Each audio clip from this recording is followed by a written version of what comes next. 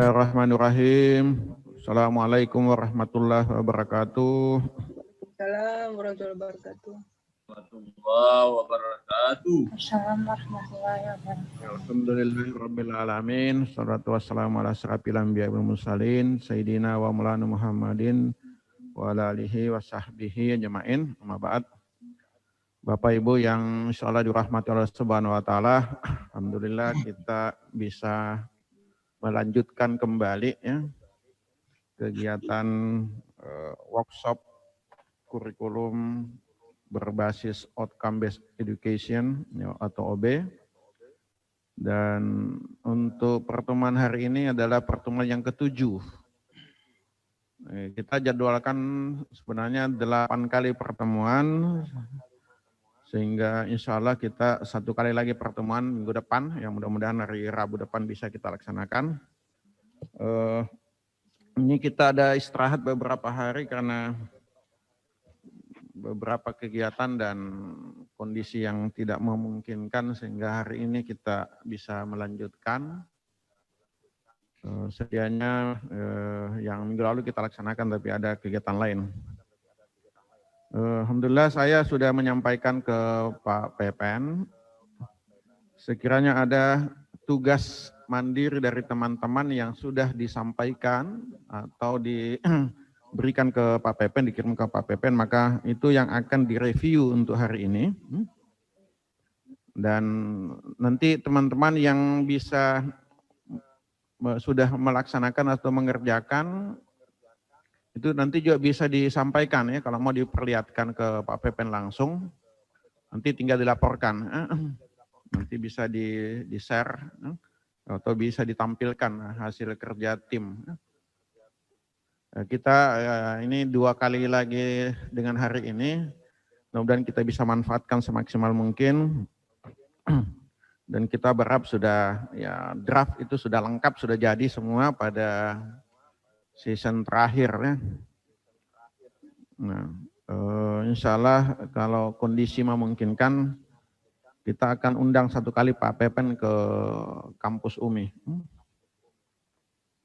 Itu rencana kita seperti itu untuk memaksimalkan output dari ya kegiatan kita workshop kurikulum OB ini. Kita nunggu Pak PPN, mudah-mudahan segera bergabung juga. Hanya ini kalau kita lihat peserta sampai jam sekian ini baru 66. Nah, ini alhamdulillah Pak PPN sudah muncul. Assalamualaikum Pak PPN. Waalaikumsalam Pak Maksud. Apa kabar Bapak Ibu sekalian? Semoga sehat semuanya. Alhamdulillah. Alhamdulillah sehat Pak. Alhamdulillah ya. Gimana kondisi di Bandung Pak PPN ini? Wah, ini di Bandung kondisinya ketat Pak. Jawa PSBB Barat. ketat. Ada longsor di Jawa Barat. Ya betul Pak. Di Sumedang Pak. Sumedang. Iya. Ini kita di kampus UMI juga ini lagi diperketat ini. Karena ada beberapa teman-teman ini sudah ya terindikasi positif COVID, jadi juga ini. Ya mudah-mudahan semua sehat insya Allah. Amin, amin. Ini yang bergabung Pak PPN baru ya 69 dengan kita semua ini 70. Tidak apa-apa, kita mulai saja karena kita memanfaatkan waktu. Baik, kita mulai. Bismillahirrahmanirrahim. Assalamualaikum warahmatullahi wabarakatuh. Waalaikumsalam warahmatullahi wabarakatuh. Alhamdulillahirabbil alamin. Shalatu wassalamu ala asyrafil anbiya'i wal mursalin sayyidina wa maulana Muhammadin wa ala alihi wa sahbihi ajma'in. Wa ba'd. Ya, hormati Bapak Dr. PPN Arifin sebagai Ketua Jaminan Mutu ITB yang insya Allah dirahmati Allah Subhanahu wa taala. Amin. Ya, Amin, amin ya rabbal alamin. Bapak Ibu pimpinan, Bapak Ibu dosen yang telah bergabung, yang mudah-mudahan semua sehat ya, Insyaallah. Nah, hari ini adalah pertemuan kita yang ke-7 untuk membahas bersama-sama bagaimana ya menyusun kurikulum yang berbasis outcome based education, dan alhamdulillah beberapa teman sudah menyusun dan sudah jadi draftnya, dan kita berharap untuk yang sesi ke-7 ini kita bisa melihat sama-sama apa yang sudah dikerjakan oleh teman-teman. Nah, insya Allah memang kami Pak PPN menjadwalkan 8 kali pertemuan, sehingga ya mudah-mudahan minggu depan bisa kita laksanakan untuk pertemuan terakhir. Nah, setelah itu kita berharap teman-teman bisa menyelesaikan semuanya, dan ketika nanti ada waktu yang memungkinkan, kami berharap nanti Pak PPN langsung berkunjung ke UMI. Insya Allah, Pak. Ya, tapi ya tentunya kalau sudah ini si COVID ini sudah tidak merajalela ini. Ya. Baik, kita beri kesempatan Pak PPN, mungkin ada sesuatu yang ingin disampaikan dulu sebelum nanti kita lihat teman-teman tugas pandir teman-teman. Silakan Pak PPN. Baik, terima kasih Pak Maksud. Selamat pagi Bapak Ibu sekalian. Assalamualaikum warahmatullahi wabarakatuh. Semoga kita ini dirahmati oleh Allah Subhanahu wa Ta'ala dan selalu kita diberikan kekuatan dan kesehatan, khususnya dalam era pandemi seperti sekarang ini. Nampaknya sekarang ini kesehatan menjadi faktor yang sangat penting, yang yang bisa mempengaruhi bagaimana aspek kehidupan kita keseharian. Mudah-mudahan di Makassar tidak terlalu banyak daerah-daerah yang zona merah. Kalau di Jawa Barat itu termasuk provinsi dengan zona merah yang cukup banyak, Pak Maksud. Ya. Jadi sebetulnya saya ini tidak di Bandung, Pak. Saya ngungsi dulu keluar kota untuk beberapa minggu, karena saya khawatir juga kalau di Bandung ini. Mudah-mudahan pandemi ini bisa kita lewati bersama dengan baik, dan kita semoga selalu diberikan kesehatan dalam menghadapi pandemi ini. Nah, Bapak Ibu sekalian, sebagaimana tadi disampaikan oleh Pak Maksud, hari ini adalah pertemuan kita yang ke-7, dan hari ini kita akan membahas beberapa contoh atau beberapa dokumen bagaimana Bapak Ibu menyusun kurikulum menggunakan paradigma OBE. Nah, hari ini saya lihat ada sekitar 10-11 program studi, dan kita nanti lihat apakah seluruhnya bisa kita review dan kita bahas bersama-sama. Nah, namun sebelum kita memasuki pembahasan dari beberapa dokumen kurikulum tersebut, ada beberapa hal yang perlu saya sampaikan. Yang pertama adalah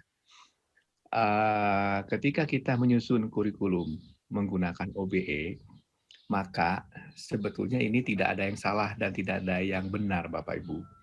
Tapi lebih ke arah mana yang lebih tepat dan ada sebagian yang kurang tepat. Ya. Jadi tidak benar salah, tapi tepat dan tidak tepatnya. Nah, ternyata ini penting Bapak Ibu, bahwa kalau kita menyusun kurikulum dengan serius, bersama-sama, ya, kemudian sesuai dengan kaidah-kaidah, maka biasanya kita memperoleh dokumen yang tepat tadi. Nah, cuma permasalahannya adalah, dan ini permasalahan umum Bapak Ibu, termasuk di kami di ITB, yaitu bahwa bagaimana kita duduk bersama-sama serius untuk merumuskan kurikulum sehingga kurikulumnya itu menghasilkan kurikulum yang bermutu. Nah, di sini titik kuncinya. Jadi ketika kami dulu diminta oleh ITB dalam hal ini Wakil Rektor 1 untuk menyusun kurikulum dengan paradigma OBE, ini panduannya, kemudian kami susunnya waktu itu sudah merasa serius beberapa prodi itu. Tapi ternyata setelah itu berhasil disusun, beberapa prodi masih kurang tepat melakukan penyusunan itu. Nah, oleh karena itu, ada satu masa di mana pada masa itu ITB telah memerintahkan, istilahnya gitu, beberapa prodi untuk maju dalam proses akreditasi internasional. Nah, untuk maju ke akreditasi internasional itu, maka kurikulumnya harus menggunakan paradigma OBE. Ketika kita masuk ke akreditasi internasional, maka di akhir proses itu, outcomes-nya ada 2, terakreditasi atau tidak terakreditasi. Jadi, kalau akreditasi internasional tidak begini Pak, terakreditasi dengan nilai A, B, C, tidak seperti itu. Hanya 2 Pak outcomes-nya, terakreditasi atau tidak terakreditasi. Nah, prodi-prodi yang sudah diperintahkan oleh rektor untuk maju di akreditasi internasional dengan timeline tertentu, maka tentunya komunitas prodi itu tidak ingin kalau seandainya ketika nanti akreditasi internasional hasilnya itu jelek. Dalam hal ini tidak terakreditasi. Nah, bukan masalah tidak terakreditasinya itu Pak yang jadi masalah. Kalau ada prodi yang tidak terakreditasi internasional, wah itu istilahnya komunitas di prodi itu sudah tercemar, ya. Dan se-ITB pasti tahu Pak. Ini prodi yang ketika proses itu gagal, ya. Proses akreditasi internasional itu gagal. Nah, disitulah komunitas prodi yang tidak akan sanggup menerima kegagalan itu. Oleh karena itu, maka prodi yang sudah diajukan untuk akreditasi internasional ini dengan sangat serius menyusun kurikulum dan sebagainya, supaya apa? Supaya nanti hasil akreditasinya itu bagus. Oleh karena itu, maka yang sebelumnya menyusun kurikulumnya serius, pada saat maju akreditasi internasional, menyusun kurikulumnya menjadi sangat serius sekali. Dan itulah yang menjadi semacam pressure buat prodi supaya dalam penyusunan kurikulum itu menjadi bagus. Nah, jadi kalau misalkan sekarang Bapak Ibu sudah serius, kalau misalkan kurang tepat kurikulumnya, paling Bapak Ibu mendapat catatan dari Pak Maksud. Tapi kalau misalkan Bapak Ibu menyusun kurikulumnya dalam hal ini, memodifikasi kurikulumnya, tetapi dengan pressure dari lembaga akreditasi internasional yang memungkinkan kalau tidak bagus, Bapak Ibu mendapatkan hasil yang katakanlah tidak terakreditasi, wah itu sangat berat konsekuensinya. Oleh karena itu saya pasti akan melihat bahwa Bapak Ibu akan sangat serius untuk merumuskan atau memodifikasi kurikulum ini. Oleh karena itu, pada waktu itu kami meminta atau rektor meminta beberapa prodi untuk maju ke akreditasi internasional, dan setelah 1 tahun hasilnya keluar dan ternyata itu sukses semua, maka lesson learn atau pengalaman-pengalaman menyiapkan itu, ya, menyiapkan kurikulum dan sebagainya, itu ditularkan kepada prodi-prodi lainnya. Dan prodi lainnya pun akhirnya bisa bersama-sama menyusun semuanya dengan baik dan dengan tepat. Ya. Sama Bapak Ibu semua, ketika kita menyusun itu, pressure itu datang dengan sangat kuatnya. Nah, pressure inilah yang kemudian memaksa secara tidak langsung kita menyusun dan merumuskannya secara hati-hati dan sangat-sangat serius. Jadi oleh karena itu, setelah saya melihat ini, maka barangkali best practice yang bisa dilakukan adalah mungkin UMI bisa memilih beberapa prodi, kemudian setelah itu diminta untuk mengikuti akreditasi internasional. Nah, pengalaman-pengalaman prodi tersebut pada saat menyiapkan dokumen, menyiapkan kurikulum, dan lain-lainnya, itu bisa ditularkan ke prodi-prodi lainnya di UMI. Jadi kalau misalkan UMI ada 50-an prodi, barangkali 4 prodi sudah cukup. Itu untuk menjadi pemantik bagi prodi lain untuk melakukan proses modifikasi atau adjustment pada kurikulum dan lain-lainnya agar sesuai dengan standar internasional. Jadi Bapak Ibu, saya sudah melihat Bapak Ibu sudah serius untuk menyusun ini. Tapi barangkali dengan pressure lain itu Bapak Ibu akan menjadi sangat amat serius sekali, ya, dan sangat amat teliti sekali untuk menyusun ini. Nah, itu menjadi sesuatu yang umum Bapak Ibu, ya, yang umum. Kenapa? Karena manusia itu sebetulnya kan punya potensi untuk mengeluarkan kemampuan terbaiknya. Nah, pertanyaannya, kapan kemampuan terbaiknya itu dikeluarkan? Nah, biasanya ketika ada pressure yang kuat, biasanya kemampuan terbaik itu bisa dikeluarkan. Nah, saya itu sudah bawaan dari lahir barangkali, Pak. Kalau saya tidak dapat pressure, biasanya saya tidak bisa berpikir, Pak. Tapi ketika saya sudah dapat pressure, baru saya bisa berpikir, Pak. Makanya saya itu biasanya apa-apa itu selalu diakhirkan, Pak, deadline-nya.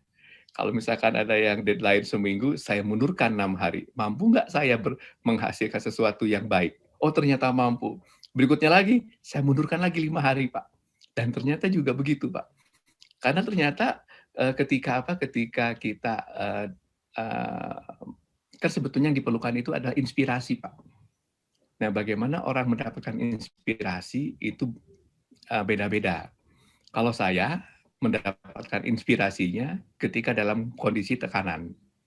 Tapi ada juga Bapak dan Ibu lainnya yang mendapat inspirasi itu pada saat tenang dan sebagainya. Kalau saya pada saat tenang, saya nggak dapat inspirasi apa-apa biasanya, Pak. Tapi ketika di pressure, nah baru keluar inspirasinya. Umumnya begitu, Pak, umumnya. Walaupun kata orang katanya ini tidak bagus untuk kesehatan karena jantungnya itu harus bekerja kuat. Nah, jadi Pak Maksud, maaf. Jadi ada beberapa yang sudah bagus saya kira di UMI ini, dan tidak ada salahnya kalau misalnya UMI berpikir untuk mengajukan prodi-prodi ini untuk proses akreditasi internasional. Barangkali itu menjadi pemicu. Dan siapa tahu ini adalah suatu pemicu besar yang tidak hanya memicu UMI, tapi juga memicu universitas di wilayah Sulawesi Selatan. Dan kalau seandainya ini bisa terjadi, maka UMI bisa dikatakan sebagai pelopor untuk universitas swasta di Indonesia Timur yang melangkah ke arah itu. Nah, jadi Bapak Ibu, kita harus tetap semangat, ya. Dan perjalanan kelihatannya masih jauh, tetapi bukan berarti tidak bisa dicapai. Ya, dengan semangat, kerja keras, dan kebersamaan, saya kira kita bisa mencapainya.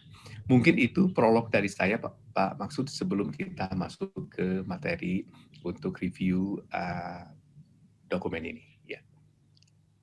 Ya. Terima kasih Pak Pepen untuk memberikan semangat.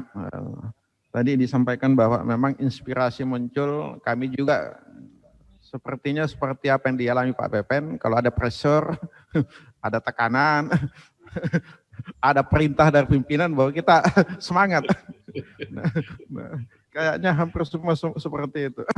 Bahkan di injury time itu ya, kalau ada misalkan akreditasi sudah, kita di UMI itu kalau usulan reakreditasi 1 tahun, Pak. Tapi kadang-kadang nanti menjelang 3 bulan kalau selesai. Karena nanti 6 bulan ada pressure, itu sudah, padahal 6 bulan sebelumnya harus diajukan. Nah, ya. Saya ingin sampaikan, ingatkan teman-teman juga dengan Pak Pepen bahwa sejak Pak Pepen pernah datang di UMI untuk menyampaikan bagaimana ya persiapan strategi untuk mengajukan prodi ke akreditasi internasional, pimpinan telah menetapkan beberapa prodi, ada kalau tidak salah ada 6, yaitu manajemen ekonomi ya, prodi manajemen, prodi akuntansi, ilmu hukum, agroteknologi, budidaya perairan, dan pendidikan dokter. Ini yang memang sudah disiapkan dari awal. Namun awalnya itu kita mau ajukan bukan akreditasi ya, ya AUNKIE. Tapi karena keputusan pemerintah tidak masuk, tidak diakui sebagai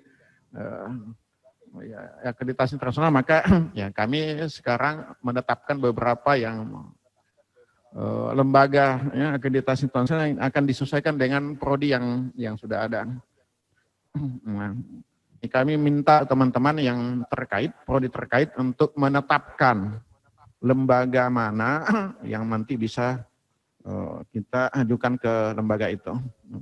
Nah, khusus untuk teknik, kami memang merencanakan semuanya bisa ke IAB.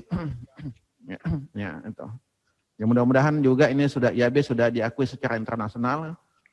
Yang kami dapat informasi kemarin mengikuti kegiatan PII itu diharapkan 2021. Nah, ini sudah 2021. Mungkin itu sebagai tambahan informasi Pak Pepen bahwa kami memang sudah ya sejak 2 tahun lalu sudah menyiapkan itu, hanya saja kami di LPM, saya dengan Pak Yani sering menyampaikan ke pimpinan, tidak mungkin ada prodi bisa mengajukan usulan akreditasi internasional kalau kurikulumnya masih KKNI. Ya harus disesuaikan dan bisa ya, mengacu ke tentunya paradigmanya OB. Nah di KKNI ini kan kita tahu kemarin kendalanya banyak sekali. CPL-nya Pak, jumlah CPL-nya, padahal kalau untuk ya, international accreditation kan paling kemarin Pak Pepe sampaikan antara 8, 15-nya. Ya, nah ini yang mudah-mudahan prodi yang kita sudah tetapkan kemarin, yang pimpinan sudah tetapkan, itu semangat. Mudah-mudahan ada yang hadir di sini dan ya tidak menutup kemungkinan apa yang ditetapkan kemarin 6 itu ada tambahan, terutama yang teman-teman yang kelihatannya ada sudah hampir tepat ya. Ya mungkin yang draft kurikulum yang disusun. Ya mungkin itu tambahan Pak. Ya, silakan Pak PM, ada yang nanti yang mungkin mau direview ya, teman-teman, tugas teman-teman ini. Assalamualaikum Pak Masud, mohon izin Pak. Prof Masud, mohon izin. Kamri. Ya, silakan Pak Kamri. Ya, Assalamualaikum warahmatullahi wabarakatuh. Yang saya hormati Bapak Dr. PPN. Pertama-tama terima kasih Pak, step-stepnya tadi untuk mencapai sukses itu tadi. Itu luar biasa sekali. Saya mohon maaf karena ada 2 kali saya tidak ikut berkenaan dengan kami kena musibah. Jadi satu motivasi yang silakan Pak Kamri. Ya, salah satu motivasi yang menarik dari Bapak tadi adalah agar supaya prodi ini bisa mencapai akreditasi internasional. Saya kira UMI juga sudah mencanangkan seperti itu untuk mencapai suatu universitas yang bertaraf internasional. Yang kami ingin tanyakan, mohon izin Pak, kalau bisa barangkali saya yang terlambat, direview sedikit kembali tentang syarat-syarat apa saja yang harus dipersiapkan atau harus dipenuhi untuk mencapai prodi tersebut bisa masuk ke akreditasi internasional. Mungkin itu aja dulu Pak. Terima kasih banyak. Assalamualaikum warahmatullahi wabarakatuh. Waalaikumsalam warahmatullahi wabarakatuh. Ini Pak Pepen ini, Pak Kamri ini adalah dari ilmu hukum Pak, yang memang disiapkan juga untuk bisa mengajukan akreditasi internasional. Ya, silakan Pak. Baik, terima kasih Pak Kamri atas pertanyaannya. Dan pertanyaan Pak Kamri sederhana sekali, tetapi jawabannya tidak sesederhana itu Pak. Jadi apa syaratnya bahwa prodi bisa terakreditasi internasional? Nah, sebetulnya kalau dari formulasinya itu memang sederhana, Pak. Tapi ketika kita ingin mencapai formulasi itu tidak sederhana.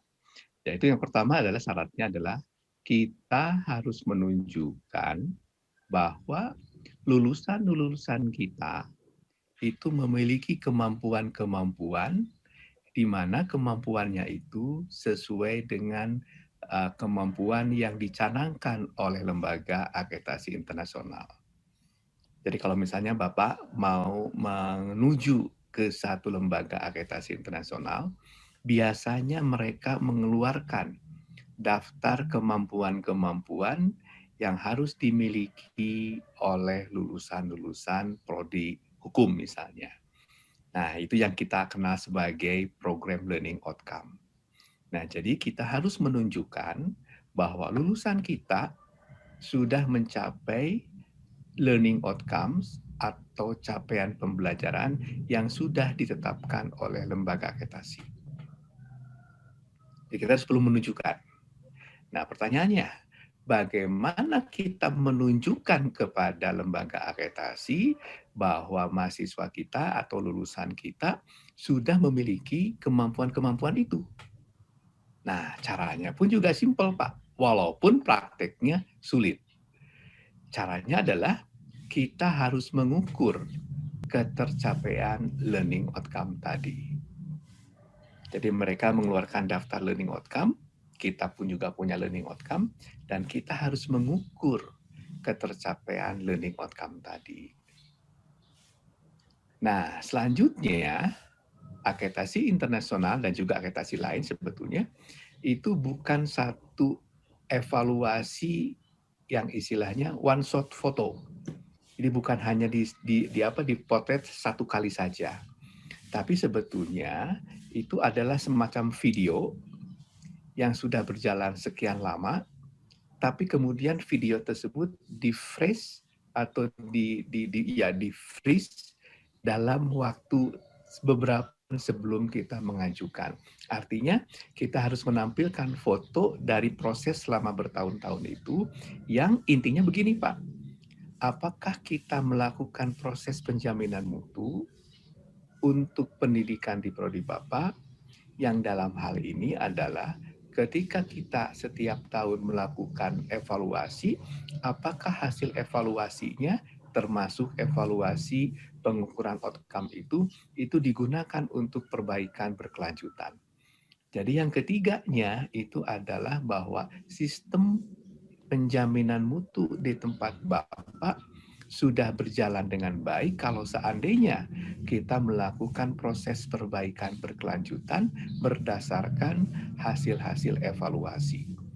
Nah, perbaikan berkelanjutannya itu semacam siklus. Jadi Bapak melakukannya apakah setiap tahun, setiap semester, atau setiap 2 tahun. Nah, mereka ingin melihat apakah proses itu berjalan tidak di tempat Bapak. Jadi, kalau dilihat dari prinsip, ini prinsipnya seperti kita orang Islam, Pak. Ya, kita harus hari ini harus lebih baik dari kemarin, dan besok harus lebih baik dari sekarang.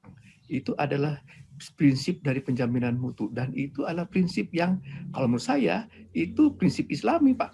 Ya, kita harus lebih baik setiap harinya. Nah, untuk lebih baik dari setiap hari untuk prodi ini itu ada sistemnya, sistem penjaminan mutunya. Nah, mereka ingin melihat apakah sistem penjaminan mutu sudah berjalan di tempat Bapak. Nah, jadi sederhana Pak sebetulnya persyaratannya, tetapi prakteknya itu tidak sederhana dijalankannya. Yaitu kita harus pertama kita harus menunjukkan bahwa mahasiswa dan lulusan kita memiliki kemampuan-kemampuan yang disyaratkan oleh lembaga akreditasi. Nah, yang kedua adalah bagaimana kita menunjukkan itu? Ya, kita harus menunjukkan hasil assessment setiap outcomes-nya. Dan yang ketiga, hasil assessment outcomes itu digunakan untuk feedback dalam proses continuous quality improvement. Jadi kalau secara verbal itu hanya 3 itu Pak sebetulnya. Tetapi ketika itu dijalankan, wah itu luar biasa upayanya. Yaitu yang pertama, kita perlu melakukan adjustment terhadap kurikulum kita supaya mahasiswa dan lulusan kita nanti setelah 4 tahun memiliki kemampuan yang setara dengan kemampuan yang disyaratkan oleh lembaga akreditasi. Jadi Bapak Ibu, workshop kita selama ini sampai 7 pertemuan ini itu dalam rangka adjustment Bapak Ibu. Adjustment dari learning outcome yang diharapkan dicapai oleh lulusan Bapak Ibu sesuai dengan lembaga akreditasi internasional yang dituju. Dan yang kedua, setelah kita melakukan proses ini, maka ada saatnya kita harus melakukan assessment terhadap learning outcome. Assessment inilah yang nanti akan kita tunjukkan ke lembaga akreditasi. Nah, berikutnya lagi yang ketiga, setelah assessment, kita melihat ada beberapa outcomes yang belum dicapai dengan baik, maka kita harus melakukan proses perbaikan pada komponen-komponen yang berkaitan dengan outcomes tadi. Begitu Pak Kamri. Jadi pertanyaannya sederhana, tetapi prakteknya ketika kita ingin menjawab pertanyaan itu, ya prakteknya Pak, kalau verbalnya itu sederhana sebetulnya, prakteknya itu sulit. Ya. Begitu Pak Kamri. Mudah-mudahan ini bisa memberikan gambaran yang lebih komprehensif. Terima kasih, Pak.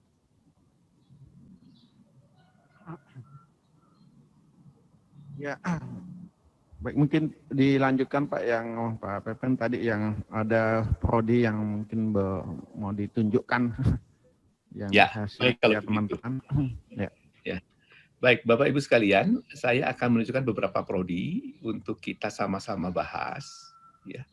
Nah, namun sebelum saya bahas itu ya, karena setelah saya lihat beberapa program studi, masalah utamanya dari sekian prodi, dan ini umum Bapak Ibu, yaitu bagaimana kita merumuskan PLO dengan tepat, sesuai dengan kaidah-kaidah dari perumusan PLO. Kenapa saya tekankan itu? Ya, alasannya sederhana Bapak Ibu. Karena dari CPL atau PLO itu akan turun menjadi bahan kajian, kurikulum, dan lain-lainnya. Jadi ketika PLO-nya sedikit kurang tepat, macet, dan lain-lainnya, maka turun ke bawahnya itu akan menjadi sulit. Ya, sulit untuk dijabarkan. Oleh karena itu, saya akan tunjukkan beberapa, kemudian nanti kita lihat ini di mana nih sulitnya, di mana kita melakukan assessment-nya yang agak artifisial dan lain-lainnya. Ya. Jadi ada beberapa yang memang sebetulnya perumusan PLO itu harus dilakukan secara terstruktur, sistematis, dan juga logis, Bapak Ibu. Ya. Jadi harus logis, harus terstruktur, dan harus sistematis. Oleh karena itu nanti saya akan bandingkan dengan beberapa PLO yang yang dikeluarkan oleh beberapa lembaga akreditasi internasional. Ya. Nah, saya mau men-share screen dengan Bapak Ibu beberapa hal.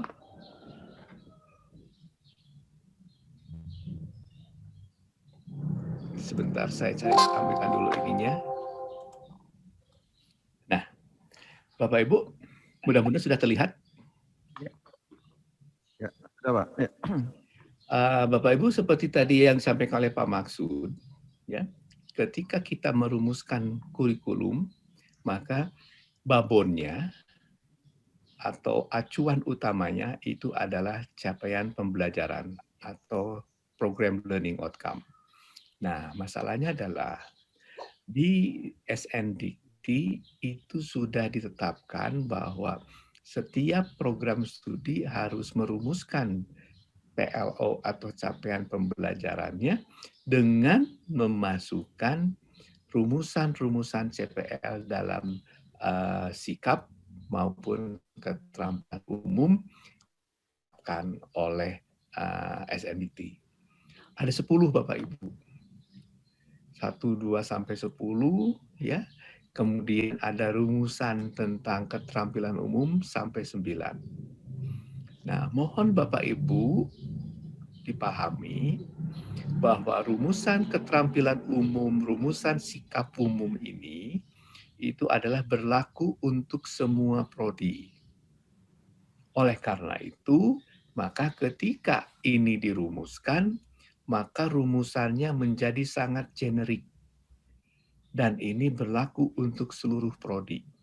Ya, karena supaya bisa berlaku di seluruh prodi, maka kita bisa paham bahwa rumusannya itu menjadi sangat generik. Ya, ini tidak berkaitan dengan prodi hukum dan lainnya. Ini berkaitan dengan semua prodi Bapak Ibu. Rumusan-rumusan ini. Oleh karena itu, maka kita perlu mencermati lagi ya rumusan sikap umum maupun keterampilan umum yang sudah ditetapkan dalam SNDT ini sedemikian rupa sehingga itu sesuai dengan prodi, sesuai dengan fakultas, sesuai dengan universitas kita. Ya, yang dimaksud dengan sesuai itu adalah setara. Jadi Bapak Ibu, kesetaraan ini sangat penting.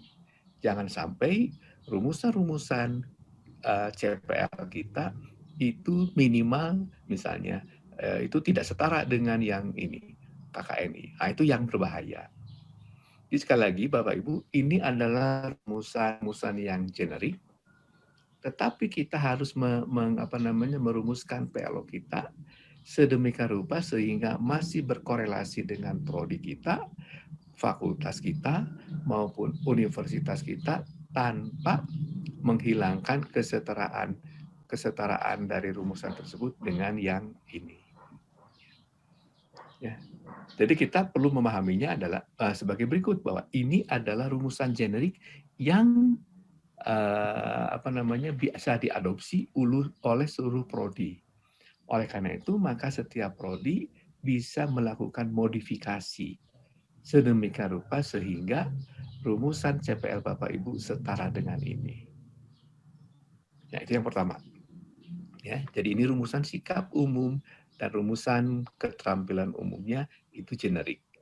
Dan yang kedua adalah Bapak Ibu, jangan lupa, saya selalu mengatakan ini, level-level KKNI, level-level kemampuan dalam KKNI minimal yang harus dirumuskan dalam PLO Bapak. Untuk level sarjana, kemampuan minimalnya itu adalah pertama, kemampuan mengaplikasikan. Kemudian kemampuan untuk problem solving. Kemudian kemampuan untuk penguasaan konsep teoritis, mengambil keputusan dan bertanggung jawab. Jadi ini adalah level kemampuan minimal dari seorang sarjana. Jadi Bapak Ibu, pada saat merumuskan CPL atau PLO, jangan sampai kemampuan-kemampuan lulusan atau mahasiswanya kurang dari ini. Saya masih melihat ada beberapa prodi yang belum setara atau belum sesuai dengan kemampuan KKNI ini.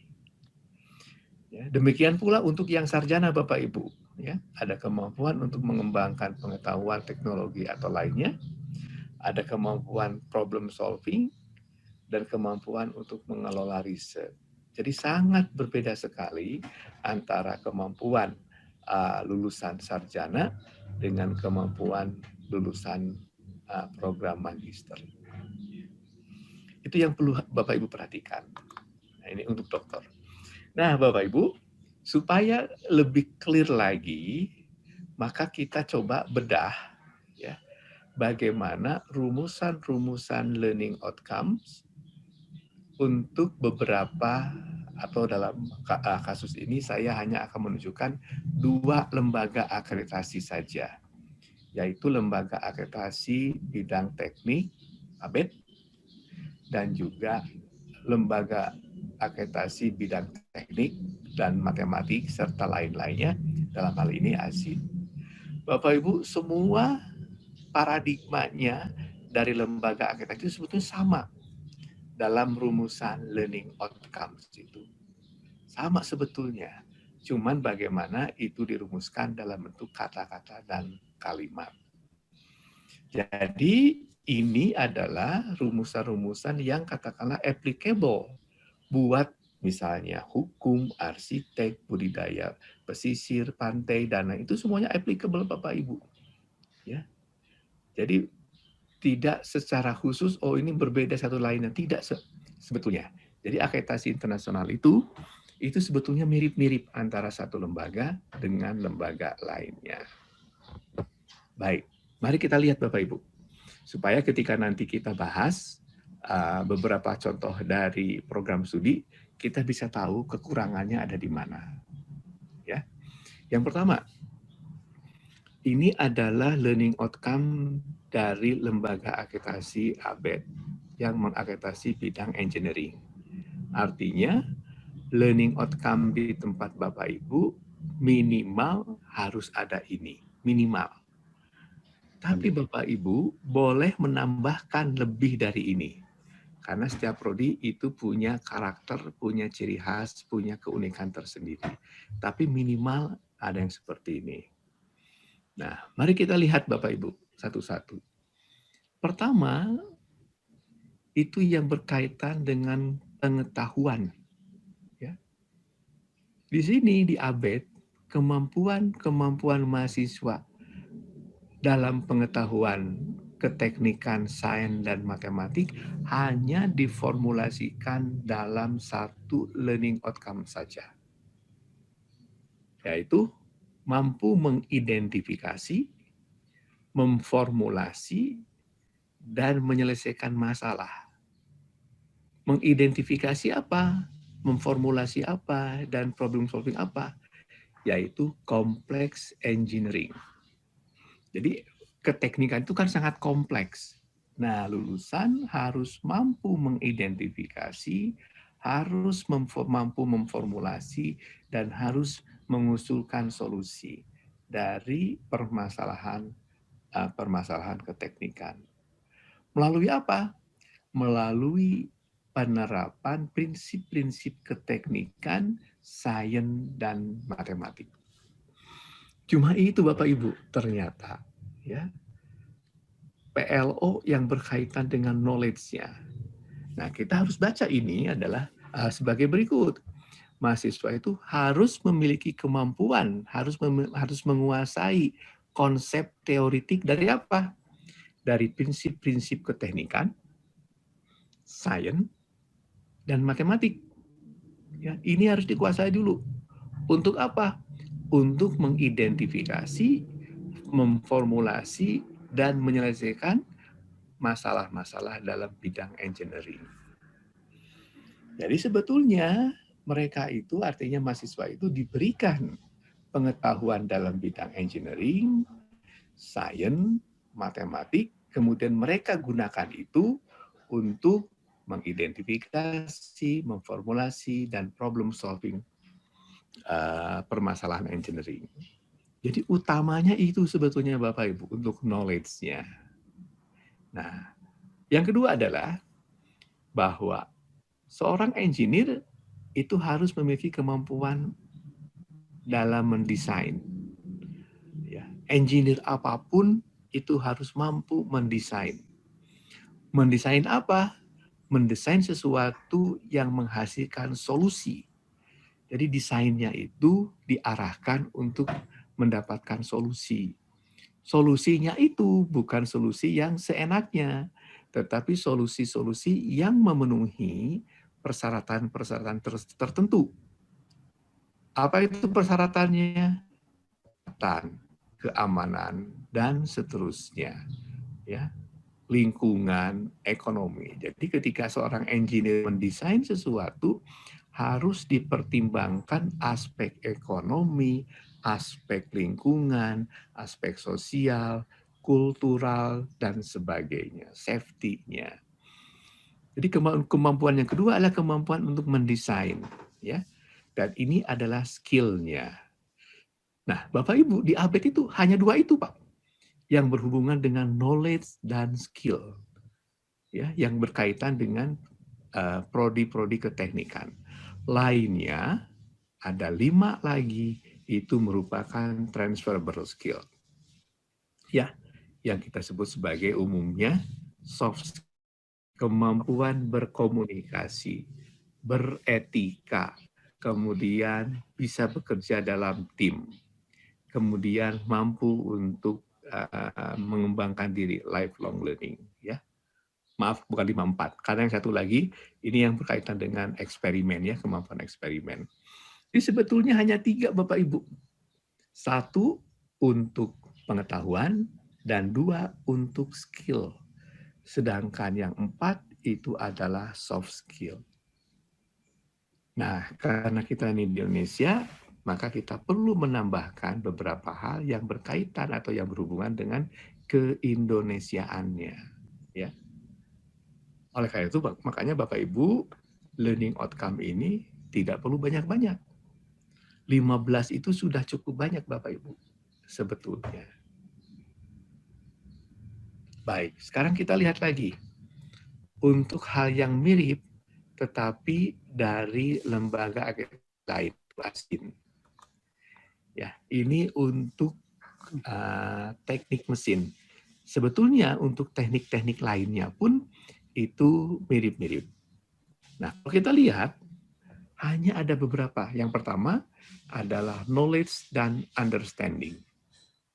Yang kedua, engineering analysis. Jadi kemampuan menganalisis kerekayasaan. Yang ketiga, engineering design, seperti tadi. Yang keempat, investigation dan assessment. Jadi seorang engineer itu harus mampu untuk menginvestigasi dan melakukan assessment sehingga kita nanti bisa menghasilkan keputusan yang tepat, ya.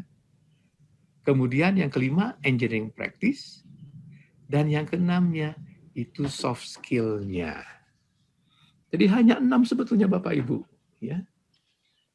Jadi yang berhubungan dengan prodi-prodi itu. Nah, kita bisa tambahkan yang lainnya karena kita ada di Indonesia.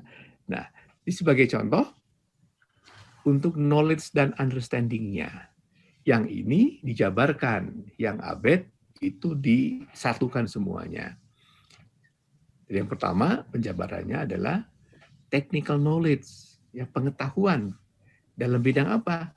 Bidang engineering, bidang matematik, sama science. Ya. Untuk apa? Untuk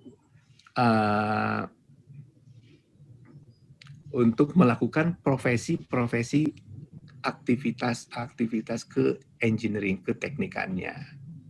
Ya.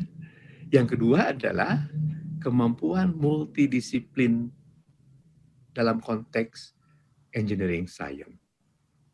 Jadi ini pengetahuan yang berhubungan dengan keteknikan. Yang kedua, kemampuan-kemampuan untuk analisis, yaitu kemampuan untuk mengidentifikasi, formulasi, dan problem solving. Bidang apa? Kalau tadi kan bidangnya bidang engineering. Nah, kalau ini lebih spesifik. Bidangnya adalah bidang mechanical engineering, chemical engineering, atau yang berkaitan dengan itu, dengan apa? Dengan disiplin ilmunya. Ya. Jadi ini adalah problem solving untuk bidang tekniknya. Selanjutnya, kita perlu melakukan analisis, kemampuan analisis dan assessment produk, proses, dan lain-lainnya. Ya. Dan satu lagi, memilih metode yang tepat dalam analisis dan seterusnya. Jadi ini adalah penjabaran dari kemampuan-kemampuan analisa keteknikan. Berikutnya lagi penjabaran untuk kemampuan desain.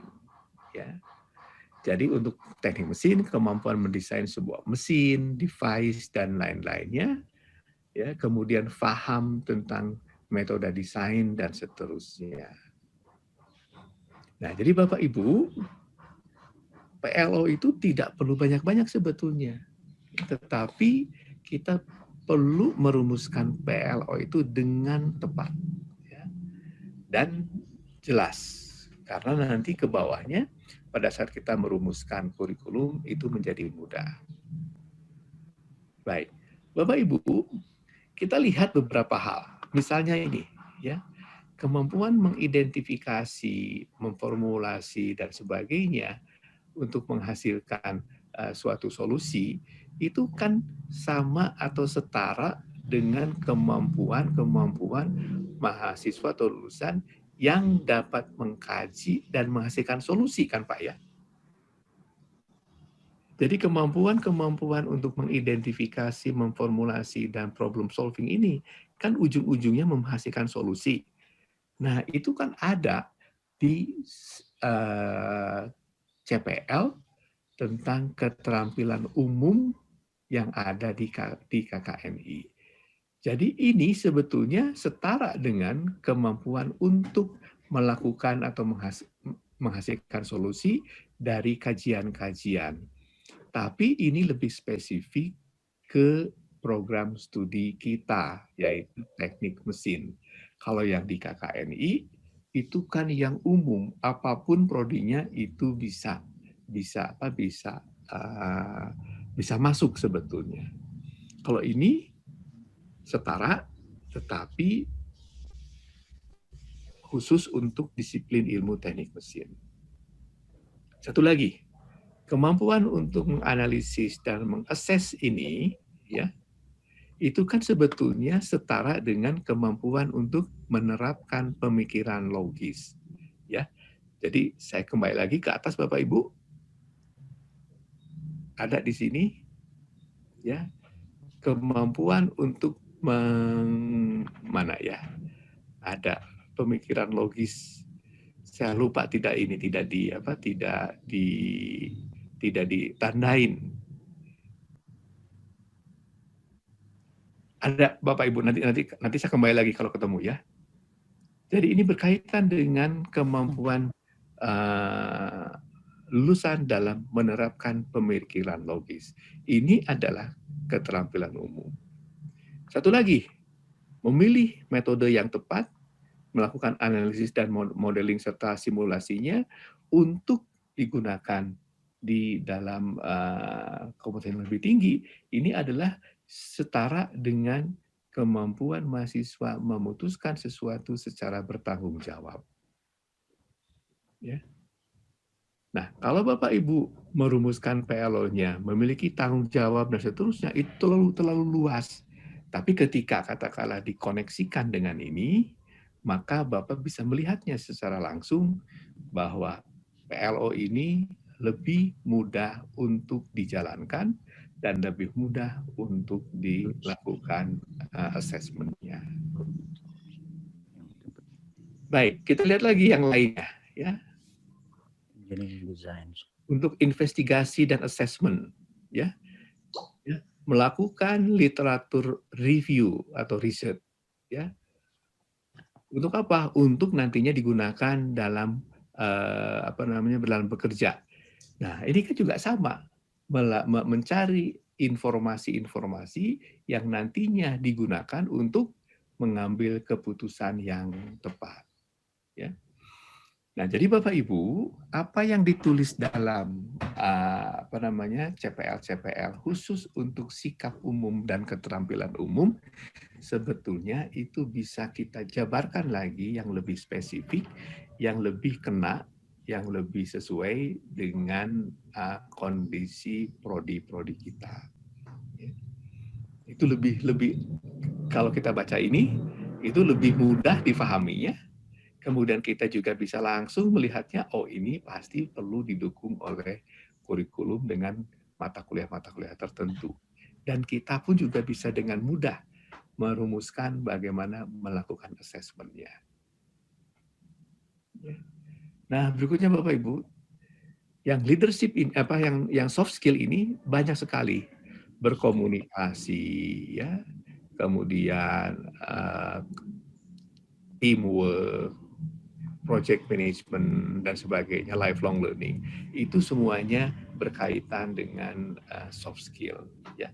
Jadi sebagai contoh untuk yang atas, ini adalah kemampuan kerja mandiri.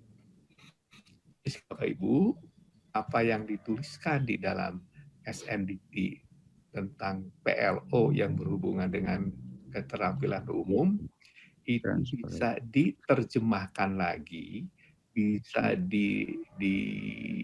bisa didetilkan lagi supaya rumusan CPL-nya itu lebih sesuai dengan lulusan dari prodi kita, atau rumusan CPL-nya lebih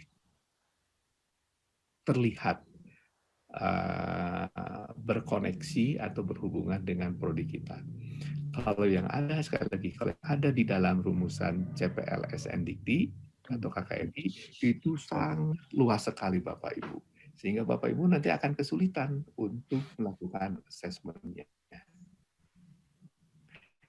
Nah, khusus untuk yang sikap umum, seperti yang saya sampaikan berkali-kali, sebaiknya di UMI itu duduk bersama untuk merumuskan beberapa detail dari PLO itu yang sesuai dengan kekhasan dari UMI, ya. Jadi satu prodi dengan prodi lainnya tidak terlalu berbeda. Saya melihat ada prodi yang tidak ada juga prodi yang ada, tapi dengan mengambil secara utuh apa-apa yang ada di NDT. Nah, itu Bapak Ibu hal yang penting, ya, yang perlu kita perhatikan dalam merumuskan PLO ini. Ya. Jadi kita tidak perlu banyak, Pak, tapi yang penting adalah optimum dan efektif. Nah, makanya tadi saya sampaikan bahwa tidak ada yang salah, tetapi sebetulnya yang kita cari itu adalah yang tepat, presisi, dan akurat. Dan ketika kita ingin merumuskan rumusan PLO yang tepat, presisi, akurat itu, maka kita perlu betul-betul menganalisis setiap kata dan kalimat yang ada di dalam rumusan PLO kita. Kalau itu belum tepat, maka kita harus kembali, ya, kita rumuskan ulang dan seterusnya. Jadi prosesnya itu adalah proses iteratif yang bisa jadi itu akan terjadi dalam waktu yang cukup lama.